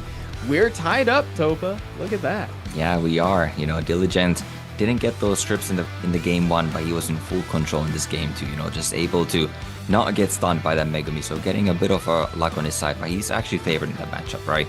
Not only are there 2 buffs that the Megumi has to go through, so you have to pick the immunity, you only pick that half the time, then you have resist after that, and then you even have the glancing chance from the light pony. So Diligent definitely had a lot of protection against that Megumi turn 1 and that Vivichel, then just able to clap back. And I mean, just from that point on, you know, 3v4 into the light Horang, when one of your monsters even in a scroll, it's just a very uphill battle. It's a great assessment, and it shows you the power of imposing a glance. You know, when you got both the light Harang that does it and also light pony, like it's so hard to get anything like moving. You know, you just can't get that tempo that you need to actually get going. Because I mean, we saw it with the Fire Megumi when he glanced, he really needed to land that, and it didn't, unfortunately. Yeah, that's the thing, you know, glancing is an extremely strong debuff, you know, if it works, right? Like glancing is all or nothing, you know, either, you know, you glance and then you can't land anything, you don't crit, you don't do any damage, you can't land any of your debuffs. You do still run buff removes and resets on glancing, which is something to note. Frequent viewers on stream and on the YouTube channel will know that I liken glancing to healing. I say, you know, hey, glancing is healing, right? You know, damage not taken, that's health not lost. So essentially you've healed basically. You didn't take as much damage as you would have. It's pretty powerful. Pre-bans are out. Jogun's back down there again for the upteam time tonight, you know, and Shiho's joining him down there again. Yeah, no surprise seeing the Jogan there. You know, we saw how much, you know, Jogan did there for Diligent, even without the pairing of the Sierra when that was banned in the draft. But Diligent still favoring this Sierra, and Pooh going back to that draft from game 1, you know, can't help but wonder, you know, I feel like he got a bit lucky in that game 1, but obviously that is what he was going for. But Diligent could be confident in his draft and might just run that back. Yeah, I think look at this. Everything is saying that they kind of want to try this again. So if history is to be believed, then Pooh would maybe try the Nyx again. It soaked up the ban the last time, although this is the pivotal moment here. So if he wants to maybe go a different route, he could. Yeah, the Nyx is coming back, and actually, this is slightly different from game 1. I just remember that the Laura was actually in the pre-ban, and the Jogan was in the game. So now we've actually traded those 2 monsters. Now the Jogan is in the pre-ban, and then the Laura has taken the spot. But still, you know, Pooh is actually going for a bit more sustain there as well in the form of the Annabelle instead of the Lamila that was in game 1. So Pooh also realizing that he might need a bit more fail saves here, so to say, and picks up the Annabelle. Good memory. And Diligent thinking about this is a crucial last pick for him right now. This has got to be the game-winning pick, and it's an Okeanos in that slot. Okeanos has been doing really well this season, has a super high win rate at like 53 and change. Is incredibly strong. Yeah, Okeanos has been, you know, somewhat of a meta-defining monster, although we haven't seen him nearly as much recently, which I don't quite know the reason for it, to be completely honest. You know, I think Okeanos is still an extremely strong monster, having that, you know, recent buff to his skill too that just makes it so consistent, and that's probably why Diligent picks it up here too. You know, he really wants to land that cooldown reset on probably, you know, I mean, the Pontos that might be coming here, or, you know, the Annabelle and the Cleanse. Oh, and this time, the Pontos is soaking the ban. So we're going to see if Pooh's really cooking here with that Nyx. Yeah, the thing with Nyx is, you know, the passive does not activate against this skill 2 buff remove here, and therefore cannot give any attack bar. But once again, you know, that cleansing monster is not getting stripped, and the Megumi cuts in and gets the stun, and the Gianna follows up. And it did the job. They did the job here. The Operation Stun the Monkey is a success. It is a success, but funnily enough, that Nyx passive with making the bomb 1 turn is slightly working against Pooh here, you know, because now that monkey is only controlled for 1 turn as opposed to being controlled for 2 turns if that bomb, you know, would detonate after. And Okeanos getting a nice reset on the Annabelle as well as a clutch violent proc for a lot of damage, but oh no, here comes Annabelle. Annabelle's cycling, getting free turns off that Bomb goes off on the monkey's turn. Like you said, a little bit of anti-synergy there. But at this point, we've already got turns available here. And I think that Song Jung Lao is going to go down. Yeah, with that Megumi getting that violent proc, getting the defense break. Now Nick's coming with the skill too, resetting everyone but the Okeanos. But Okeanos has already used skills. And I believe Song Jung Lao might be falling that damage over time already. Yeah, one more dot. That's definitely... It wasn't 5% before. It's definitely 5% now. He could just cycle off the CR and keep going here. And the Megami proc, just unnecessary at this point. Yeah, this is adding insult to injury at this point. You know, this game is quite over, and it's really interesting to see. You know, this turn 2 draft does seem quite consistent from the side of Pooh. You know, you may call he got lucky again resisting the Annabelle, but even you know if the Annabelle didn't resist, like actually the Gianna followed up, so the Annabelle didn't really matter that she resisted because it got reset by the Okeanos, and Okeanos opponent proc get that skill 3 off right after as well. So true. It's good to keep that in mind, right? It's like the plan was working regardless. I think that was a credit to Pooh for that one. And also showing the Knicks was really well founded, actually. It wasn't as much of a content pick as I was. Sometimes that carries a bad connotation. I don't mean to say it's like a content pick. That was actually a great draft. Yeah, it definitely was. You know, the buff removing the skill 2 is just quite inconsistent from like Gojo, and I guess Pooh is really capitalizing on that. You know, in the game 1, missing on the Pondos was so huge, and in this game, while it did get most of the important buff removes, it did not get that pushback. So you know, maybe if Diligent had a slightly more consistent buff remover, maybe the likes of Chiwu, his draft would be able to do better. But then again, you know, Chiwu doesn't really provide nearly as much damage or you know longevity into the game. It's true. And you know what, though?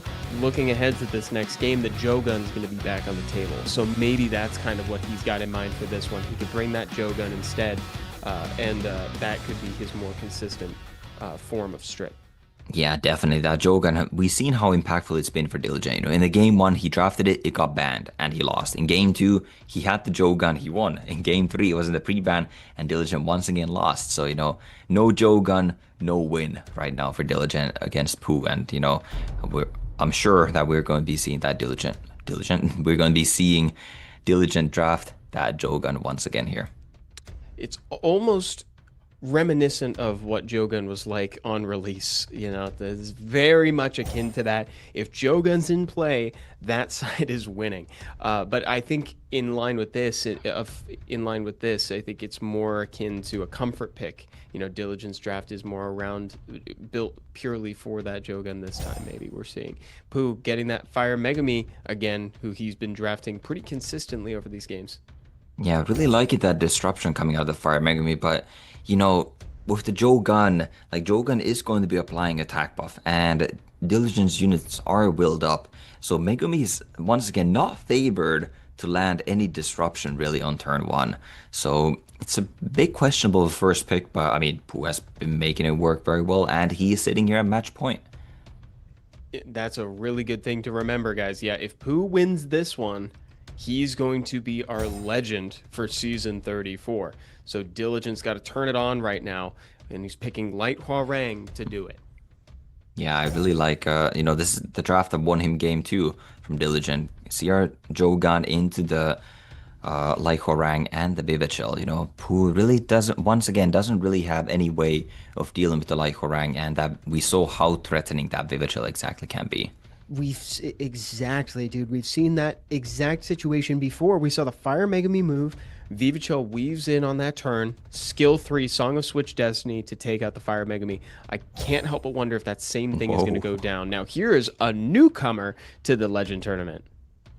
Yeah, we see a Nikki and an Annabelle. You know, Annabelle has been very popular in current meta. You know, actually, that might be one of the reasons why Okeanos has fallen out of favor a little bit. You know, the rise of Annabelle, you know, counters the Okeanos quite well. But either way, there is no Okeanos in this draft, but we see the double Occult Girl, which I'm not sure how the double Occult Girl is really going to be like providing much here, right? Because they still don't provide any protection against that turn 1 snipe from Vivichel or the Sierra attack buff Sierra Bomb. They don't. Oh, banning out the Light Hwarang. Good idea from Pooh. And then we got the Nikki ban from Diligent. He's respecting the Occult Girl. two together with the cleanse and heal is really powerful, and also introducing an attack buff into this situation might be a little scary. Fails to get that stun on Ciara. Yeah, fails to get that stun, but does get rid of the immunity there, which means that this Megumi will now be able to get that stun on the Ciara. But once again, the Megumi is moving right in front of this Vivid Shell, but Vivid Shell not going for the swap, just choosing to pick up the Ciara as the attack buff did remain, and now this bomb might be looking to take out the Annabelle right away. An attack buffed bomb is going to put Annabelle within an inch of her life. The pony's going to make sure that the team stays healthy here. He's thinking about it. He's not sure if he's got to use that skill too, and he opts for it instead. I could tell Diligent, there's a part of Diligent that really wanted to use skill 1 on Annabelle. Yeah, I believe the Annabelle is still going to go down here to that 2-turn dot, so there's no need for that. And yeah, Diligent wisely, you know, not greeding, just puts up that skill 2, gets the anti-crit to try and keep this Ciara as healthy as possible.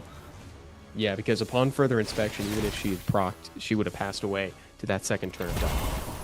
Yeah, Diligent, you know, believing that that is below 5%. I do believe that is the case as well, but, you know, just not confirming the kill, which is always a little bit scary. You know, there are no indicators in the game exactly to say that, okay, that is below 5%. You kind of just have to go with your gut and, you know, feel it out. That is part of the skill for this, is like eyeing the health bars and the attack bars. It's one of the hardest parts about playing RTA, especially at this level. So now confirming the kill, not introducing that level of risk. When you're trying to get that extra point on the board and keep someone from taking the legend away from you for the season, you can't do that. Yeah, just, you know, choosing to confirm the kill, playing it safe there, and wow, that Masha actually glancing on the Ciara to the pony passive, and Ciara is somehow still hanging on. I do believe Monkey does have skill 3 available, so Diligent, knowing that as well, just tries to go for the stun, does not connect, so we will be saying goodbye to Ciara here. Yeah, you dump it in there, it doesn't matter, that's a little bit of wasted damage here. You just need Shiho's better when that skill is used. Definitely, yeah. You know, a bit awkward as well there, you know, as Jogan does have the skill 3 buff remove available, so Shiho's losing those buffs right away. But this Masha is looking dangerous here. She's primed and ready to take units down. 1 proc is all it takes to get that skill 2. Oh, and glances again. Oh, no. Wow, yeah, not 100 crit rate Masha there. You know, the pony was not in the pony form there, so there's actually no glancing passive there. So Masha just missing the crit there, you know. Crit? Yeah, oh dear. Straight up missing a crit, but still, you know, Masha is going to be threatening as she will likely take out this Jogan here. We got a glance on the way out. It was prophetic. That we did, and now we're sitting at a 2v2 here. You know, this could still go either way. Only does get that nice provoke there on the Megami and the return stun, but also getting defense broken there. And that Masha now getting the crit, a lot of damage coming in. Yeah, now this is looking pretty good. It is looking pretty good for Pooh, considering he's got the higher damage units, but can Diligent maybe find a way to weave in a Song of Switch Destinies here? Ooh, these glancing are definitely helping him out here. Getting a lot of those and, you know, preventing any real debuffs coming out. Now getting that sleep as well. He's able to transform here, get that anti-crit up, get some heals up. And I think Diligent, I don't know, I mean, the Vivid Chill is doing some good damage as well. I do favor Diligent's position here. We've got the glass cannon of Masha versus ultimate longevity on the other side. It's like, you know, there's not a lot of damage coming down range, but just by a death by inches, Fire Megami goes down. Yeah, Masha also now 2 turns away from skill 2. Glances once again. This pony passive is feeling quite oppressive. And I feel like it's a lot higher than the steady percentage here. I don't think Pooh's going to have quite enough damage to do this. He's not going to be able to find a moment to even get a defense break when the immunity's down. Yeah, Diligent's tuning is just perfect here. You know, getting that immunity to Vivid Chill every time. So Masha is not able to find a window. Probably just has to send the skill 2 on this Eleanor here at this point. But no, opting to go over the Vivid Chill. You know, it's definitely a lot tankier of the 2 here. And gets off her Beast. I believe this is going to be game over. And we're going to game 5 here, Evan. We're going there. I didn't think we were going to, but this is great. Also, I don't know if I've ever seen anti-crit work that well. She missed 2 crits when the anti-crit buff was up. That's crazy. Like, that buff has been a joke, but it is working for Diligent. and now we're going to a game 5. Yeah, it's working so well for Diligent, bringing him all the way to a game 5. There was a slight chance still there at the end. Masha did get that nice crit while dismounted. If she had procced and taken out that Vivichel, maybe, just maybe, she could have 1v1 and won against the pony. But, ultimately, did not happen, and we are going to a game 5. What a treat. This is great, dude. Like we said, this is a grudge match. There's history here. These guys are getting the opportunity to figure this out, to run it back live at the Legend tournament. So whoever wins this is getting a lot more than just the Legend title. They're also getting the pride of getting that run on the run back. Yeah, definitely. They won't be meeting in SWC this year, as unfortunately, Diligent is out of the running, but Pooh is still in there, and Pooh wants to establish his dominance here. Just weeks before APAC Cup is coming up, that he is on top of his game, and now has the pre-ban on the Jogan, but we see a Nyx pre-ban. Nyx in the pre-ban is crazy. I don't know if I've ever seen that, Topa. Yeah, now that you mention it, I'm not sure I've seen that either. I know we've had our, some players that have utilized Nyx to quite good effect, even in past SWCs. And now Diligent also not only banning the Nyx, but also reaching the Pooh's box and just first picking the Gianna. We have a phrase that gets thrown around here, and it's the trauma ban, chat. That's what that is. Getting in there. It's great. So Pooh wrapping up the last round's draft, with the Oliver and the Shiho as the first and second picks. Yeah, we see the Shiho once again coming out of Pooh. He's really prioritizing that monster, and Diligent has now found a new appreciation, I suppose, for this Vivichel here. She has done so much work, getting those, basically just turned the match into a 3v4 in his favor in those couple last times. Heck yeah, dude. I'm a believer. After this, I'm a believer in the Vivichel. It's gotten clutch kills, it's won games, and I trust Diligent on these picks. If you think about it like that, both of these players are saying these are my Legend title drafts. Right, yeah, this is no matter what. Both players are at game point here, so this will be the final match of tonight, and a Legend will be decided after this. And we see a return of the Light Horang once again with the Eleanor. We'll see what Pooh can do to, answer this draft here. Yeah, dude, I mean, the Hagang, as always, great answer to Gianna, but I will say Diligent's draft just is a frightening one, dude. Like, I'd hate to have to fight up against that. Yeah, that is I was, you said it very well. That is a very frightening draft from Diligent's side like that. I don't know, I don't know what you would do into that. He picks the Villagewel. We saw the Villagewel was off will, at least against Qiang earlier, but very fast. But it still doesn't counter the Gianna. Yeah, no, it does not. So we've got a mostly off-will comp. Shiho taking turn 1, goes in, gets full resisted from Gianna, and so now Villagewel can put up the immunity, so that way the Hagang passive has something to operate on. Yeah, but this Hagang might not be long for the field, as this is the threat of going first against the Vivichel. If you can't control the Vivichel, which he's unable to do, Diligent opting to not swap the Hagang here. Doesn't think it's a problem, and instead just goes for the immunity. Interesting. Opting to play it a little bit slower. I don't know. Would you call that greedy? I think I like that play. He realizes that Pooh doesn't really have any buffer moves left, right? Hagang use skill 2, Monkey use skill 3. The only thing that remains here is that Villagewel skill 1. And, if that misses, which it is not a very high chance to get, Diligent can still utilize that Vivichel later. I trust your assessment. I think that's a good analysis for it. He's kind of hedging his bets here. Diligent is playing the long game here. It's a marathon, not a sprint. Yeah, now we see that Vivichel still has a very solid opportunity to use that skill to that Oliver is now down to about 10% health. He doesn't even have immunity either, because he does like to cycle a lot of turns. Sierra likely doesn't really even need the bomb to take the kill, and, well, doesn't get the bomb. Doesn't get it anyway. What else is new? But, so there goes Oliver. He's going to die to the dot on his upkeep. Yeah, just, once again, Diligent just confirmed the kill there with the pony. As you know, there's immunities anyways. There's not much value to be had otherwise. and wants to make sure that that unit does go down, as Villagul does have skill 2 heal available here, but Diligence looking to be in a very commanding position here.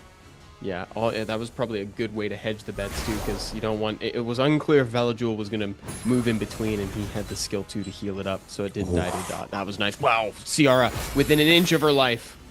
Yeah, just barely hanging on. Can she get a violent proc here to bomb this Qiang potentially? Doesn't get it, so Ciara will likely drop. And yeah, we have a very close final match here once again, Evan. This is still anyone's game, Topa. Yeah, it could go either way. Ciara falls, following Oliver, both players, with 3 monsters remaining on this final round. Yeah, the Villagul Qiang combination is going to be very effective in shutting down Gianna, but the Villagul gets stunned by an Eleanor, and now Gianna, actually, I'm not sure. I don't think I haven't, and I haven't been keeping track. I'm just gonna be honest. I don't know if Gianna has skills available. Does she? She does. She's got everything. She has everything available. I guess that makes sense. We haven't seen her rip the skill 3 because Qiang's been, she's had a lot to operate on so far. The whole team is stunned up. There's a big window for Diligent. Yeah, and that might be game over. Getting the bomb, getting the full team stun, even with the nerf Gianna skill 3, that is just huge. And this Gianna bomb will likely take out the Villagul, just getting a little bit chip damage there. We'll see. If the Villagul goes down, it's going to be very difficult for Pooh to come back in this game. Shiho skill 3 going out on Gianna, getting the stun. Villagul, I'm not even gonna say he's alive because the Vivachel can just take him out whenever. Oh, actually, I might want to take the heal here instead and let Gianna do it. Yeah, if he heals here, that is going to be giving attack power from the Qiang passive, and that is going to be enough to move the Villagul in front of the Gianna. Now it's going to be able to get a heal off here, so maybe a slight misplay there. Oh, but yikes. also because we saw this Gianna S1s are not doing a whole lot of damage. Sometimes it's hard to keep track of everything that Qiang gives you bar for. So it's always little things like that. Viva to confirm the kill on the Villagul. He drops. Yeah, that is a massive kill coming out from the Vivachel, and this monkey is not really connecting many stunts, but still, just having the speed, lapping Diligent's team here, getting that skill 3 off once again, and Qiang is still on the field. Well, not that there's any buff removers left anyways, but still, would be protected with the Qiang passive, but still, this is a lot of HP that you have to get through. Can Shiho do it? Can he do it with a fraction of his health remaining, staring down the barrel of 2 monsters here, just him and Qiang. Qiang doing his absolute best, which is not much. And that is a clutch proc once again from this Vivachel, getting that immunity up so Monkey is not able to get those stuns, not able to get the cycling in. And now this Pony may look to just stun this Monkey, doesn't get the stun, but Vivachel moves in front. Will this be enough to finish out the Monkey? If it crits, oh, and that's the game! The Vivachel, that is a Legends Vivachel right there. Diligent with the 3-2 against Pooh. He is the legend for RTA Season 34. Yeah, what incredible matches there. Those were some really close games at the end. And, Diligent once again clawing his way back. He was down 2-1 against Tars. He was down 2-1 against Pooh. But he wins them both, and he will be Season 34. He even came back to be here. He was the rank 5 finish. That's crazy. Yeah, Diligent filling in for the 3rd slot that wasn't able to make it tonight. And he took the whole thing. Credit where it's due. Really shows you the quality of player that Diligent is. And he won in the run back, dude. It was him versus Pooh again in the finals, and he took it to go. Yeah, that he did. Very well played by Diligent there. You lensed that Vivachel so well. Pooh just couldn't really find a counter against that Vivachel. Every time that Vivachel was in the draft, it was pretty much able to swap unit very early on in the game and make it a 3v4. And that was just, too much for Pooh to come back from. Yeah, and honestly, I don't blame him. That Vivachel was really hard to navigate. It kept doing everything well. It was, it was carrying the team to a certain extent. But I don't want to discount Eleanor because that Pony was doing work, Topa. Oh, she definitely was. Yeah, like this moment right here with the Layla just landing absolutely nothing, due to all those buffs coming out from the Pony, the immunity, the anti-crit, and really just, a lot of glances throughout the games as well. Yeah, and I know chat was a big fan of the stun that came out from the pony later in the games. Maybe we'll see it in the highlights here, but that was fun. Oh, and this game was great. We got to see Nyx get through the pick ban phase, and this would be foreshadowing for later when he appears in the pre-ban down the line. Yeah, the trauma ban on the Knicks. We saw another first, I suppose. Yeah, neither of us have probably never seen that happen before. But yeah, I guess it was the right ban. Diligent does take the title here due to that pre-ban on the Knicks in this game 5. Yeah, incredible work from Diligent. Lots of firsts tonight, and also this was the very first Legend tournament that the Light Hwoarang could even be in. He had a pretty good showing in some of these matches too. We saw Nyx in the pre-bans. I don't know what's coming next in Season 35, but Season 34 has been super fun. Yeah, it definitely has. And, I'm sure there's, some changes coming in Season 35, if the balance patch just on the horizon. But what's also on the horizon is like some more, SWC action that's coming up here soon, Evan. Yes, guys, if you are craving more competitive Subitors War, we've got the next lineup for SWC 2025. In fact, it's crazy. Next week is our last week here because we're going to Brazil, dude. October 12th is when it's happening. That's the America's Cup. That's the next stop. And for now, guys, take a look at the bracket. We got Diligent as our Legend Summoner for tonight. Yeah, coming in as, the 5th player, being down in both games, still winning both games 3-2. Just such resilience that he was showing there. And, we saw Qiang getting a little bit shaken, taking that loss against Pooh, but Diligent, unfazed. And, that's what it takes to be a champion. And yeah, he is the Legend Summoner for Season 34, getting his name punched into the Hall of Fame forever. He earned that stuff, dude. Yeah, good for him. It was so cool to watch him do it, to climb back up from a deficit in both of his games. Like you said, it was very cool to watch. And thank you to all the competitors because they made this one a real fun Legend tournament to watch. And if you enjoyed this, I implore you, please watch the America's Cup on October 12th, where it's going to be live in Brazil. And then we got the APAC Cup later in October, and the World Finals, of course, on November 1st. It's going to be great. Yeah, Topa, you and I are going to be off to Brazil in just another week.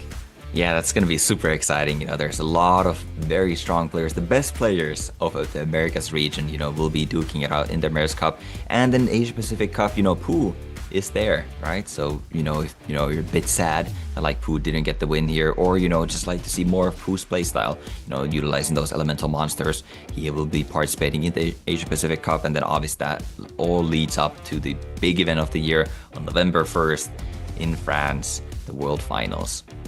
Yeah, it's a big year for SWC. And the drafts in SWC I find to be a lot different than the Legend Tournament ones. Like tonight we've seen some really interesting takes. So it added some fun diversity to the pick ban phase.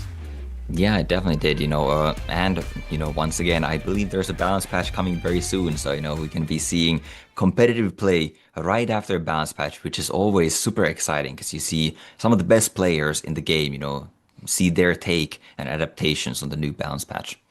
I'm glad you said that. Adaptation. That is the word, because we had a brief moment where we got to kind of talk about your experience following a balance patch, and adapting is tough. And guys, in the meantime, we have a second coupon code for you right now. While you're waiting for America's Cup, you can type that in. America's Cup, wait for us, wait for you. SWC, another 5 mystical scrolls, and the mana to summon them. That's a 10 pull on us for the Legend tournament. Thank you guys so much for watching. This has been such a fun tournament, and it wouldn't happen without y'all to be here to watch it and participate. And Topa, I've had a blast, man. Oh yeah, me too. This was definitely one of the better Legend tournaments, that I have seen, in a few times. We didn't have any aside from, one of the players not showing up to begin with, but, we got Diligent as a replacement. So is anyone really complaining? We got some great matches here tonight. So yeah, definitely a super, super fun tournament. And yeah, look forward to the America's Cup and other SWCs coming up here very soon. Yeah, look forward to it. I just realized this is the first Legend tournament in a long time that I haven't seen Maximilian drafted. We've had a meme recurring for quarters now for every season saying just ban Maximilian. That's the meme at the Legend tournament. Well, apparently it worked because he's not here tonight. So crazy drafts, crazy times. Thank you to Diligent and everybody who participated. Thank you to you guys. Have a great weekend. And from all of us here, good night. Good night.